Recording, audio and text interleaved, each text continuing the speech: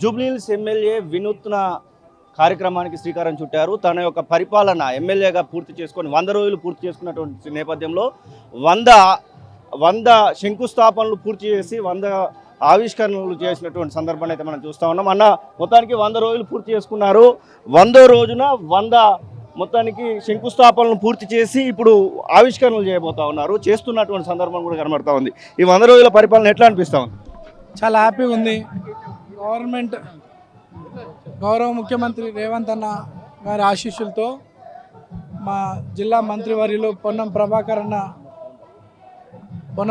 అన్న గారి సహకారంతో గౌరవ మంత్రివర్యులు తుమ్మల నాగేశ్వరరావు గారు వివేకన్న ద్వారా గత 3 నెలల ఎలక్షన్ టైంలో కోట్లాది నిధులు శాంక్షన్ చేయించడం జరిగింది.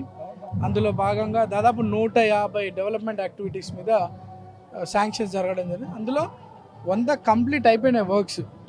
ఈరోజు 135 వర్క్స్ ఇనాగ్రేషన్ చేసుకోబోతున్నాం. ఇప్పటికి దాదాపు ఒక 15 అయినాయి.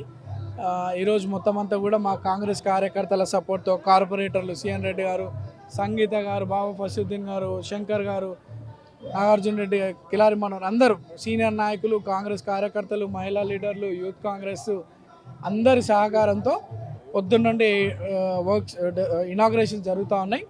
సో ఇక్కడ ప్రాంత ప్రజలందరూ కూడా కాంగ్రెస్ పార్టీ పైన ఒక బలమైన నమ్మకంతో అభివృద్ధి జరుగుతుందన్న ఒక ఆలోచనతో మంచి మెజార్టీతో గెలిపించడం జరిగింది.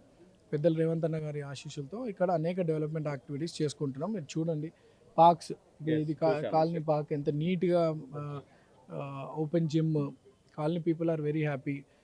సివరేజ్ లైన్స్ కావచ్చు, సీసీ రోడ్లు కావచ్చు, అన్నీ కూడా ఇంకా కొన్ని చోట్ల వాళ్ళ రిక్వైర్మెంట్స్ కూడా చెప్తా ఉన్నారు. అవి నోట్ డౌన్ చేసుకుంటున్నాం.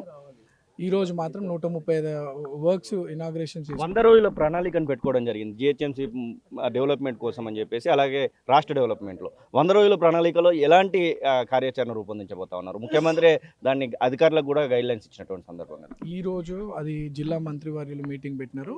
వాళ్ళు ఇచ్చినటువంటి ఇన్స్ట్రక్షన్స్ మీద మేము ఆ కార్యక్రమాలు చేయబోతాం. మీ కార్పొరేటర్ సపోర్ట్ ఎట్లా ఉందన్న? మీ చుట్టూ కనబడతా ఉన్నారు. వాళ్ళకు మొన్ననే వాళ్ళకి కార్పొరేటర్ ఫీలింగ్ లేదు, నేను ఒక ఎమ్మెల్యే ఫీలింగ్ లేదు. ఫ్యామిలీ లేక అందరం కలిసి కూర్చుంటున్నాం, మాట్లాడుకుంటున్నాం.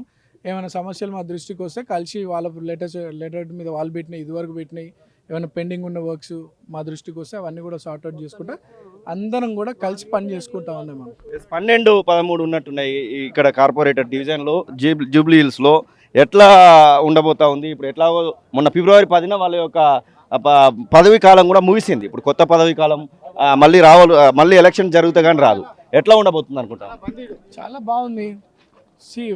కాంగ్రెస్ పార్టీని అత్యధిక మెజార్టీతో బై ఎలక్షన్లో గెలిపించినారు. ఇప్పుడు మేము అభివృద్ధి కార్యక్రమాలు చూసి రేపు పోటీ చేయబోయేటటువంటి కార్పొరేటర్స్ అందరినీ కూడా హైయెస్ట్ మెజార్టీతో గెలిపిపోతారు. ఈ జూబ్లీహిల్స్ నియోజకవర్గంలో ఇదివరకు 7 ఉండి ఇప్పుడు 12 అయినాయి. 12 కూడా మంచి మెజార్టీతో కాంగ్రెస్ పార్టీకి జనాలు గెలిపిస్తారు. ఇది పరిస్థితి మనం చూడొచ్చు. ఇక్కడ అభివృద్ధి కార్యక్రమాలు కూడా జరుగుతూ ఉన్నాయి. అసలైన తొలి వెలుగు. ఫాలో వాట్సాప్ @తొలి వెలుగు official.